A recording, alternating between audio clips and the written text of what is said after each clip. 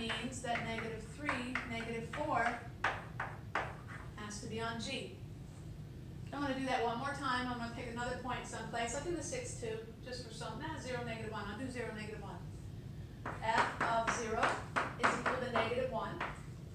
And that means that the point 0, negative 1, my input, output, xy combination, has to be a point on the function f. Since f and g are inverses of each other, I can now apply the function g to the negative 1. This will give me g of negative 1.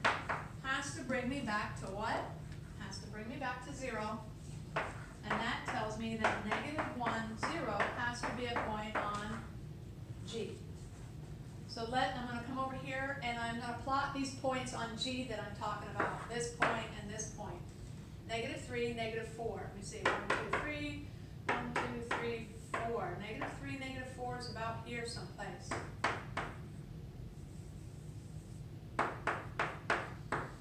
And then I'm going to plot another point. What is it?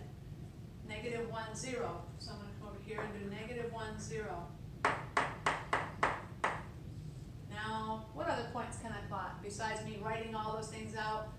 Okay, I'm pretty sure you're getting this. Negative 3, negative 4, negative 1, 0. How about 2, 6? Can I plot 2, 6? So 1, 2, and then 1, 2, 3, 4, 5, 6. 2, 6 is up here. Can you see that these 3 points that I have here are going to line up with each other? I hope you can see that. Notice that I had a 6, 2 here, so I'm going to have a 2, 6 up here. I had a 0, negative 1 here, so I'm going to have a negative 1, 0 right there. I had a negative 4, negative 3 on my function f, so I'm going to have a negative 3, negative 4 on my function g. So let me see if I can draw this thing nicely. Might have gone a little crooked on that sucker right there. If you're off by a little bit, just make your points a little bit bigger. Cheat a little bit, okay? So this is my function g of x, and we found g of x to equal 2x. I'm going to multiply that out. Can I multiply it out? Instead of 2 open parentheses x plus 1, can I call it 2x plus 2? So I'm going to do that because I want to look at it and say, hey, does it look like I'm going through a y-intercept of 2? Yes, it does. Does it look like I have a slope of 2? And it looks like from here, if I went up 2, right 1, up 2, right 1, up 2, right 1, yeah, it looks like a slope of 2. It's positive and it's a pretty good slope. All right, what's this name of this point one more time? I'm hoping you said 0, 2.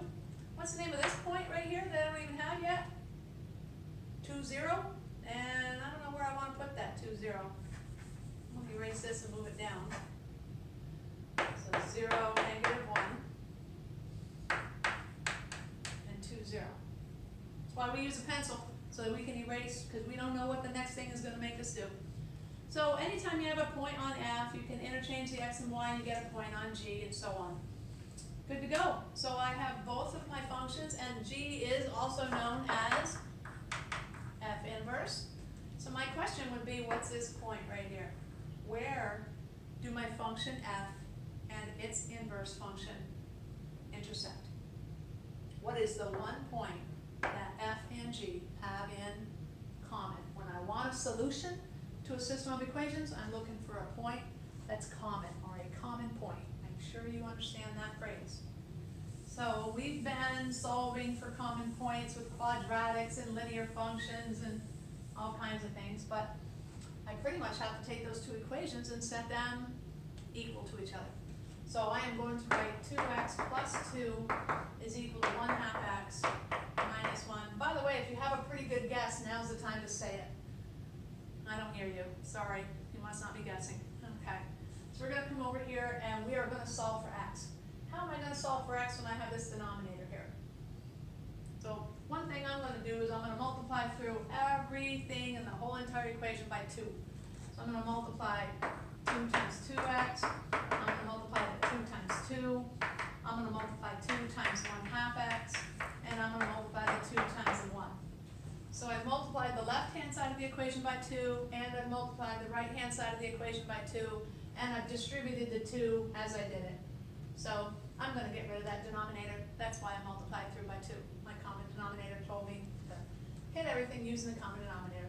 This gives me 4x plus 4 equals x minus 2. It's almost like I doubled everything. Now I'm going to subtract x from both sides of my equal sign, and I'm going to subtract 4 from both sides of my equal sign. This is going to give me 3x equals negative 6. I'm going to divide by 3 and divide by 3 and get x equals negative 2.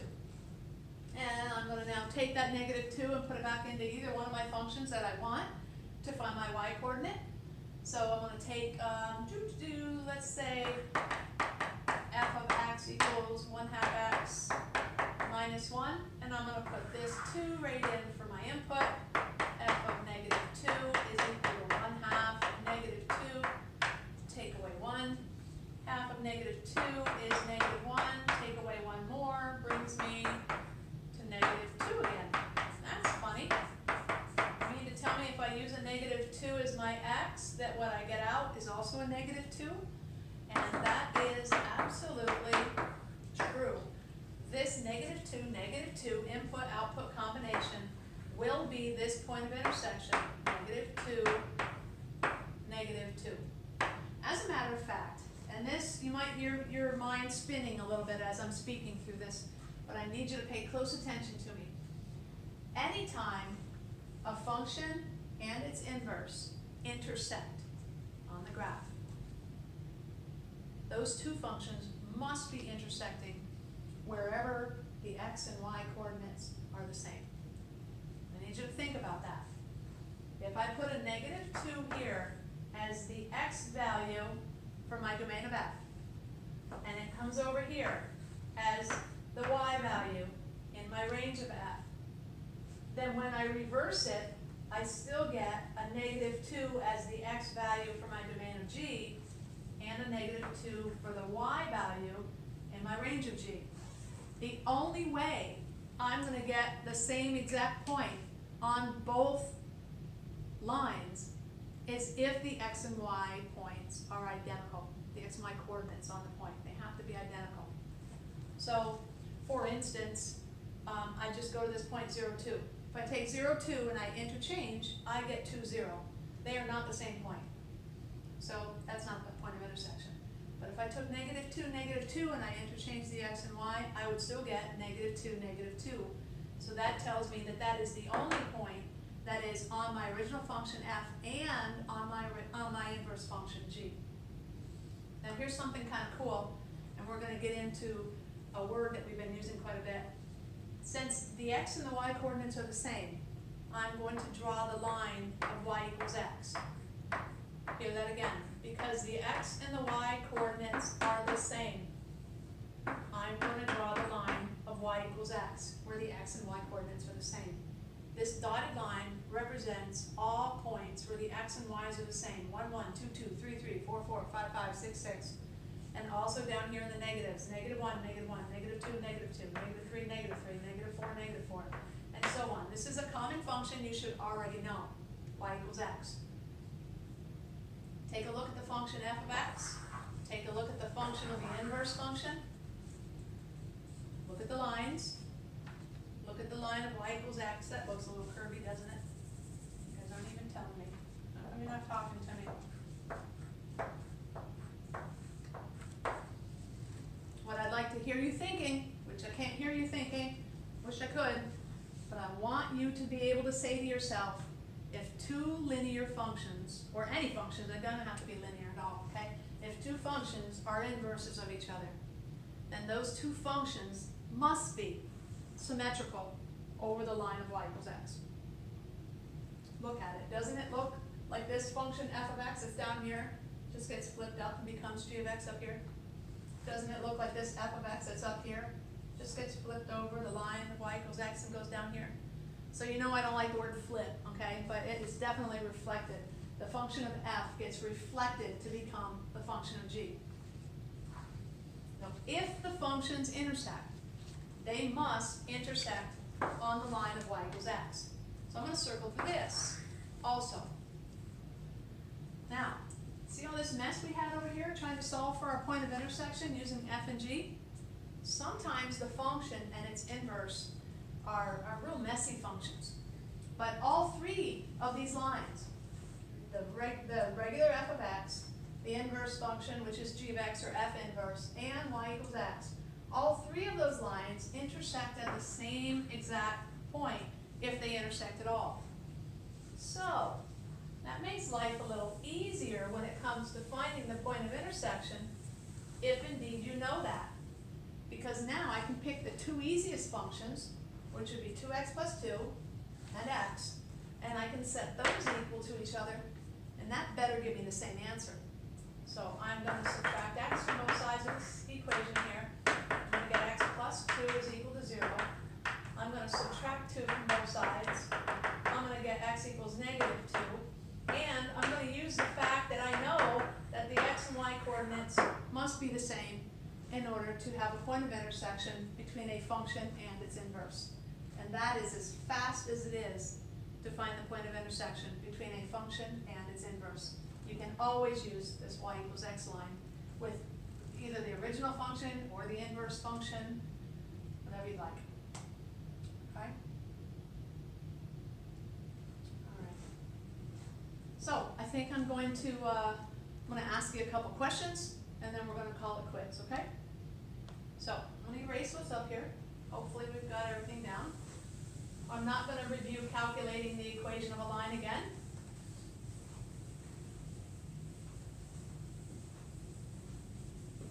I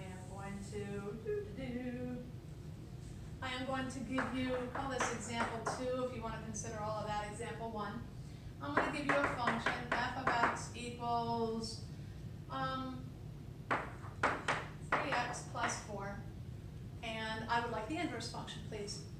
So if I want the inverse function, so calculate the inverse function, then you must go through a 4-step process. Step 1. Okay, copying my question first. Step 1. Replace the f of x with y.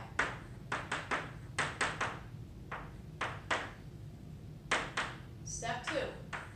Interchange the x and the y. Oh, yep, that should be a 4. Thank you. Interchange the x and the y. So 3y plus 4. Step 3. This is the hardest step, and it might take the longest time, but it's not very tough at all. We're going to solve for y. So I'm going to add 4 to both sides of my equation. Oh, I'm not going to add 4. The minute I write that, I know I'm wrong. I'm going to subtract 4 from both sides of my equation to make sure I have a pair of opposites so they can spontaneously combust and get out of my life right there. Get my 3y, x minus 4, divide by 3, divide by 3, and now y equals, I could put this in y equals mx plus b if I felt like it, but no one told me I needed to, so I'm just going to leave it right like that. And my last step is to replace the y with f inverse. And I'm done with the problem.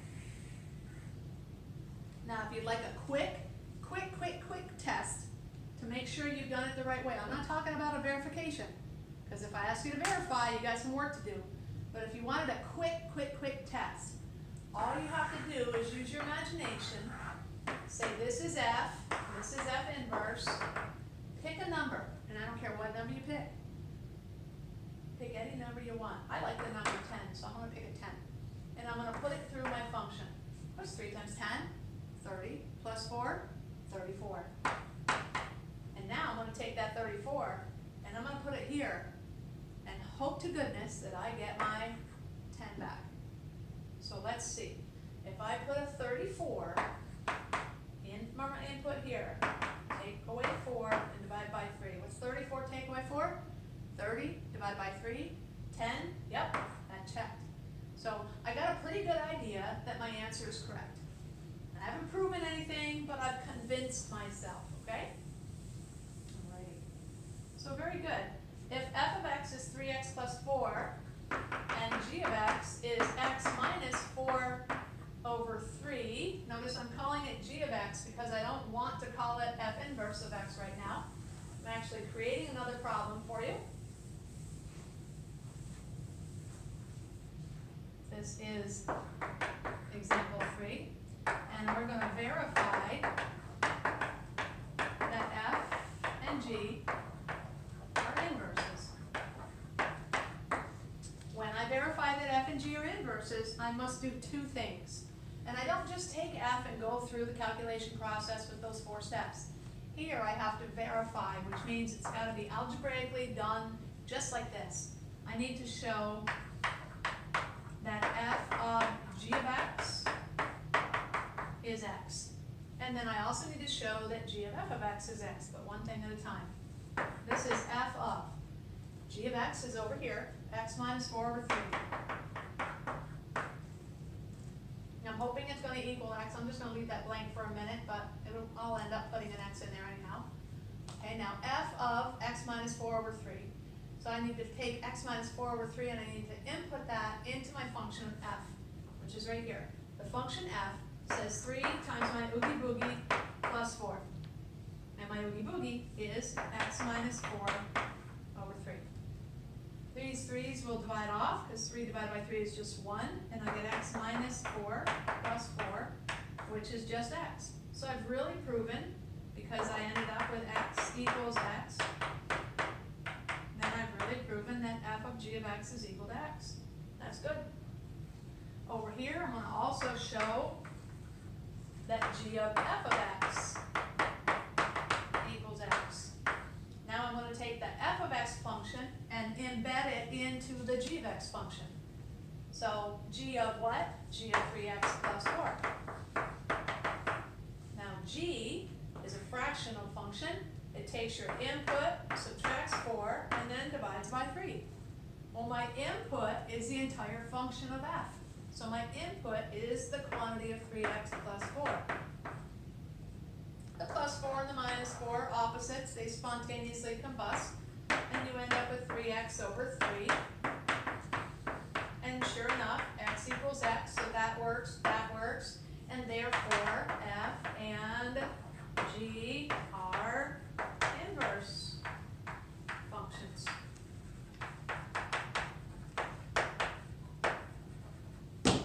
Stop. Okay. So far, so good.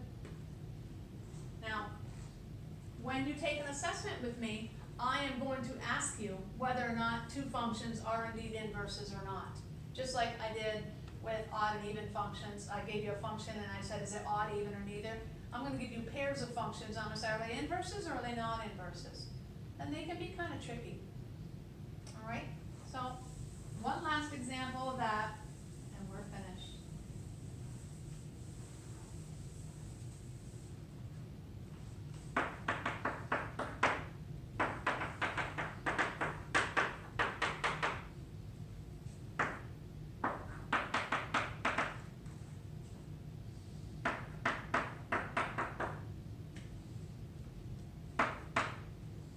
Are these two functions, f and g, inverses or not?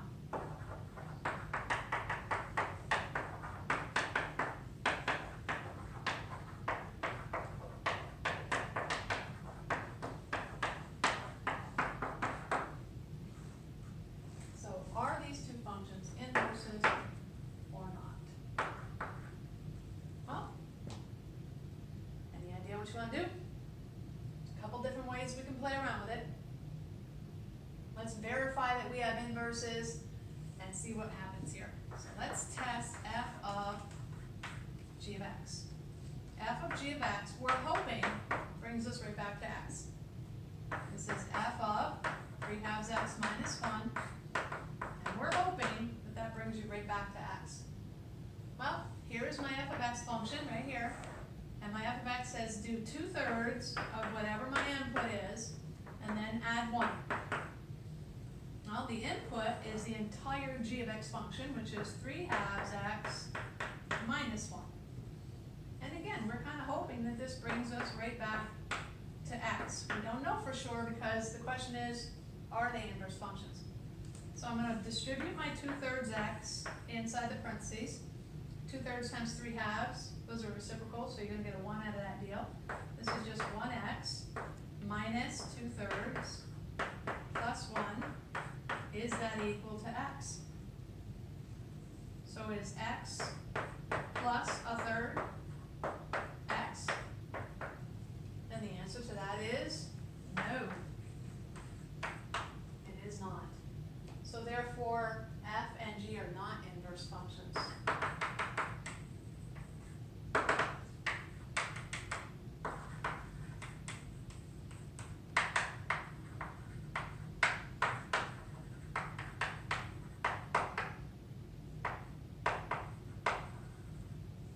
Actually, I didn't really do big proof, but let's just say that. F and G are not inverse functions of each other. All right, we're gonna end it there. Of course, there's other ways we could have done that, but that's the way I thought of mentioning it to you. And what would be really cool is I could ask you, how would I change G of x so that it did become the inverse function for f of x? And see if you can have that in your mind. Okay?